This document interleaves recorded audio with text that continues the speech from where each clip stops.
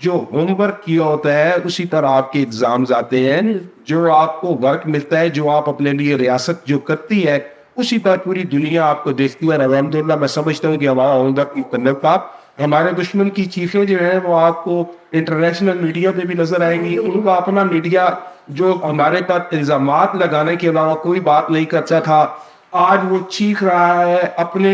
اپنی ریاست پہ کہ دیکھیں جی یہ پاکستان نے کردار ادا کیا. بھائی کیپیبلٹی تھی الحمدللہ, ہم لوگوں میں فوکس تھے,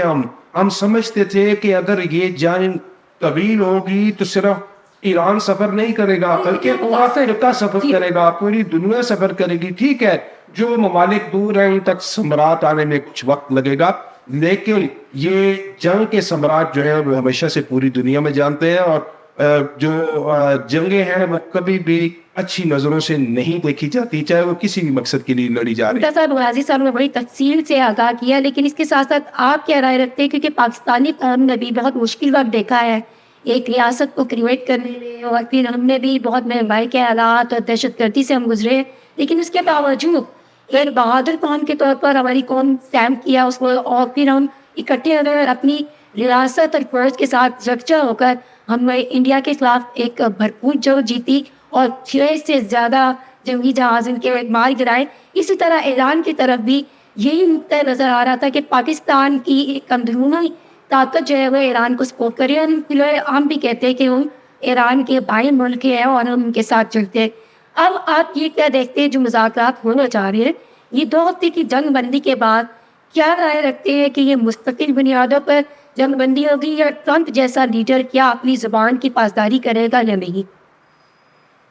جی بہت اچھا سوال کیا, اور کافی مشکل سوال ہے, کیونکہ ٹرمپ ایک ایسا لیڈر بن کر سامنے آیا دنیا کے سامنے, اس کا چہرہ ایک ایسی شخصیت کے طور پہ آیا کہ کوئی بھی جو ہے وہ یہ نہیں کہہ سکتا کہ وہ اگلے لمحے کیا فیصلہ کر لے. ابھی یہ جو دورانیہ ہے جنگ کا, اس میں آپ دیکھیں تو اس کے متعدد بیانات اپنے ہی بیانات کی نفی کرتے ہوئے ہمیں دکھائی دیے, لیکن حقیقت میں جو ہے وہ ٹرمپ کے اوپر ایک پریشر بلڈ ضرور ہوا. وہ امریکہ کی نیشن کے تھرو ہوا ہے, وہ امریکہ کی اپنی جو اسٹیبلشمنٹ ہے اور دیگر یورپین کنٹریز جو ہے, دنیا کے اسٹیک ہولڈر جو ہے, وہ ان کا ایک پریشر ٹرمپ کے اوپر ہمیں دیکھنے کو ملا ہے. دیکھیں جب یہ جنگ سٹارٹ ہوتی ہے, آپ دیکھیں کہ ادھر نیتن یاہو اسرائیل کے جو پی ایم ہے وہ جو چاہ رہے ہیں ٹرمپ وہی کرتا,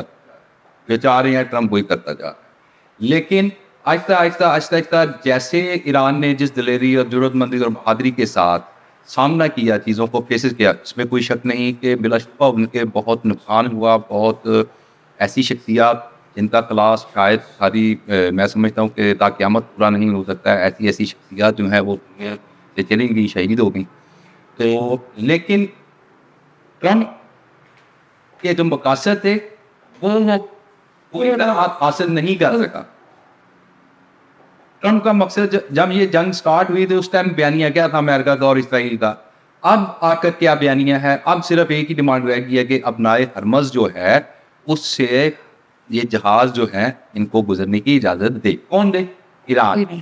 اب ایران سے اگر اجازت مانگی جا رہی ہے تو یہ بڑی واضح بات ہے کہ ایران نے ول کیا ہے. اب جہاں تک آپ نے بات کی ہے کہ یہ جو مذاکرات ہونے جا رہے ہیں اس میں دیکھیں ایران کی بڑی جینوئن اور سالڈ قسم کی شکایت سامنے آئی ہے, اور جو ان کا رائٹ ہے, ٹھیک ہے, ان پہ جو اب تک الزامات لگے اور بچپن سے ہم سنتے آ رہے تھے کہ ایران یہ کر رہا ہے, ایران وہ کر رہا ہے. اب جب ہم اس پروفیشن میں آئے, پھر ہمارا ایکسپیرینس ہوا, ہم نے بہت ساری ریسرچ کی, تو اس میں ہمیں نظر آیا کہ یہ تو بہت ساری چیزیں تو محض ایلیگیشن ہے, جسٹ ایلیگیشن, ان کا ریالٹی کے ساتھ کوئی تعلق نہیں. ایران ایک تہذیب ہے, ٹھیک ہے, 6000 سال پرانی تہذیب ہے, وہ اپنی بقا کی جنگ لڑ رہی ہے, اور ان کے ساتھ جو زیادتی ہوئی ہے, جو ناانصافی ہوئی ہیں اب تک, میں یہ سمجھتا ہوں کہ اب ٹائم آ گیا ہے کہ ان کی دعائیں سنی گئی ہیں, وہاں کی عوام کی دعائیں سنی گئی ہیں. اور جس طرح ایران نے سٹینڈ کیا ہے, اس سے پہلے ہمیں تاریخ میں ایسا کوئی واقعہ یا مثال نہیں ملتی. فائٹ ہوتی تھی, پھر نیگوشیشن ہوتے تھے, اس کے بعد جو ہے چیزیں جو ہے وہ بس انڈر دی گراؤنڈ ہو جاتی تھی. اور اس میں جو پاکستان کا رول ہے وہ بڑا تاریخی کام. پاکستان کا اس سے پہلے جیسے آپ پہلے ذکر کر چکے ہیں, نیازی صاحب ذکر کر چکے ہیں کہ بیان المرفوس میں پھر غزب للحق میں جس دلیری اور جرت کا ہماری افواج نے مسلح افواج نے مظاہرہ کیا، یہ جو ایران امریکہ اسرائیل جنگ ہے، اس میں اب دوسری سائڈ پہ جو ہماری ڈیموکریٹک قوتیں ہیں، جو ہمارے وزیر اعظم ہیں، جو ہمارے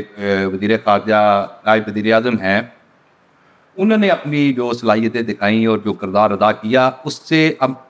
ہمیں یہ بھی اندازہ ہو گیا، پاکستان کی عوام کے سامنے یہ بات آئی ہے کہ اب موجودہ جو تمام سٹیک ہولڈرز ہیں پاکستان کے اندر، وہ بڑے بیلنس ہو کر چل رہے ہیں، ان میں اتفاق ہے، ان میں اتحاد ہے، جس کے نتائج یہ ہیں کہ ہمارا دشمن جنگ بھی ہارا ہم سے ہر سطح پہ، اور سفارتی سطح پہ بھی بہت بڑا نقصان ہوا اس کا۔ سفارتی سطح پہ بھی بہت زیادہ نقصان ہوا، اور وہ ہار چکا ہے۔ آج لوگ کیوں کر رہے ہیں مودی کی؟ جی آپ انڈین میڈیا کو اٹھا کے دیکھیں، وہاں کے لوگوں کے ساتھ رابطے کریں، وہاں کے ہمارے دوست ہیں، جرنلسٹ ہیں، ہمارے ساتھ ای میلز پہ بھی رابطے ہیں، وہ ہمیں جو کچھ بتا رہے ہیں تو وہ مطلب ہم جب وہ ساری برداشت نہیں کر پا رہا انڈیا، اور ہم دیکھتے ہیں کہ جس طرح ہمارے ساتھ جنگ کے وقت اس نے ایک جھوٹی میڈیا کمپین جاری کی تھی، لاہور بندرگاہ پہ بھی پہنچ گئے تھے، ایسا وہاں پہ انہوں نے قبضہ بھی کر لیا تھا، اور یہ سب کہانیاں جو وہ گڑھ رہے تھے کیا سرائیے بنائے تھے، وہ ایران جنگ میں بھی انہوں نے جاری رکھی۔ انہوں سب ہم بات بڑھاتے ہیں، وقت مختصر ہے، لیکن آخری سوال آپ سے کرنا چاہوں گی کہ اس وقت صورتحال ہم دیکھتے ہیں کہ الحمدللہ پاکستان ایک اسٹیبلٹی کے ساتھ کھڑا ہوا ہے، جو ریاست دشمن تھے وہ مکمل طور پر ہار چکے ہیں۔ ایک ایسا مائنڈ سیٹ تھا جو ملک کی عوام کو ریاست اور فوج کے خلاف کرنا چاہتا، لیکن وہ اس میں کامیاب نہیں ہو سکا۔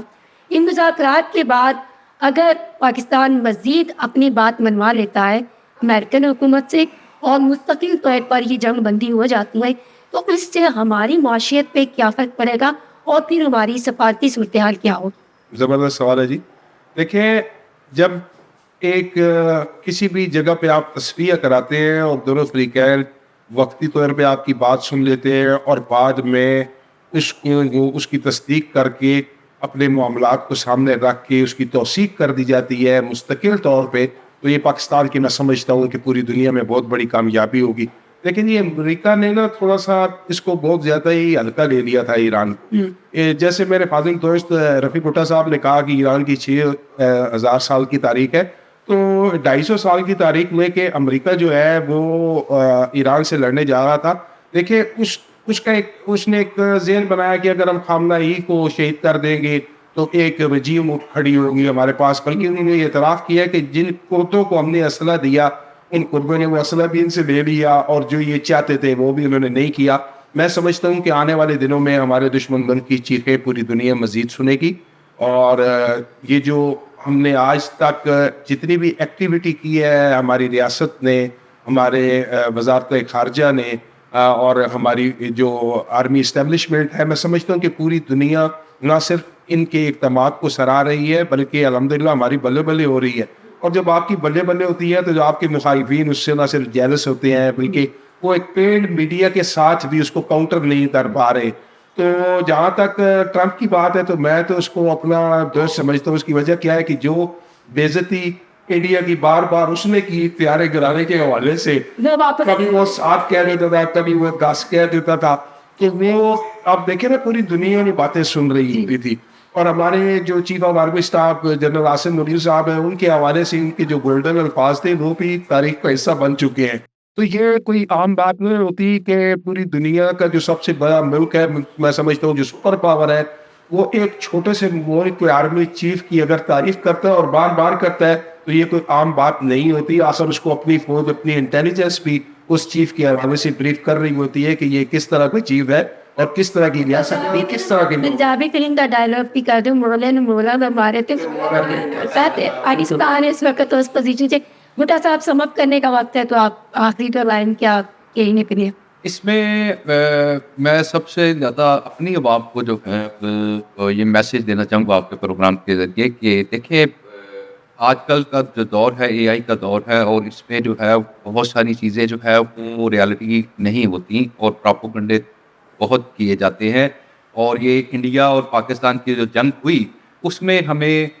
تمام لوگوں کو، جو بھی جنریشن ہے اس کی جتنی بھی ایج ہے، اس کو یہ بڑا واضح طور پر نظر آیا ہے۔ تو خدا را برائے مہربانی ان پراپوگنڈوں سے بچیں اور ان کا حصہ نہ بنے۔ ایسے خام خواہ سوشل میڈیا پہ چیزوں کو شیئر کر کے جب تک ان کی تصدیق نہیں ہو جاتی، پاکستان کے اندر ایسے ادارے موجود ہیں,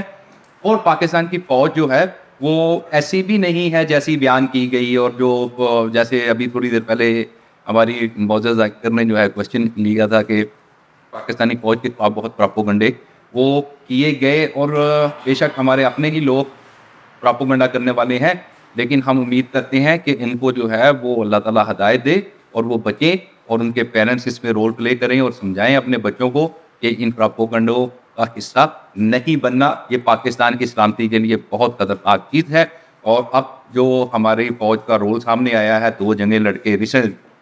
بیان المرصوص میں اور اس کے بعد غزوہ للحق میں, اور اس کے بعد ہم سفارتی سطح پہ جو ہماری جیت ہوئی ہے, اور اس جیت کو اللہ قائم و دائم رکھے, اس کی طرف مزید ہم قدم بڑھا رہے ہیں, اور وہ انشاءاللہ تعالیٰ سے فروغ ہوں گے, پاکستان کو اللہ سے فروغ کرے گا. تو اتفاق اتحاد کی ضرورت ہے, اور قوم ہمیشہ کی طرح بڑی خوبصورت بات ہے, یہ بڑا خوبصورت ایک چیز ہے کہ اپنی فوج کے پیچھے اپنے اداروں کے ساتھ شانہ بشانہ ان کے ساتھ ان کے پیچھے کھڑی. بہت شکریہ ظاہر غازی صاحب اور رفیع بھٹا صاحب, آپ نے وقت دیا, اور آپ کو مزید زحمت دیں گے کیونکہ جب تک مذاکرات جاری ہیں ہمارا پروگرام انٹرنیشنل اسٹوری بھی جاری ہے. دیکھتے رہیے ریم ڈیجیٹل ٹی وی, دیکھو پاکستان, سمجھو پاکستان, ہمارے ساتھ رہیے گا. آپ سے پھر ہوگی ملاقات, تب تک کے لیے اسما نواز کو دیجیے اجازت. اللہ حافظ.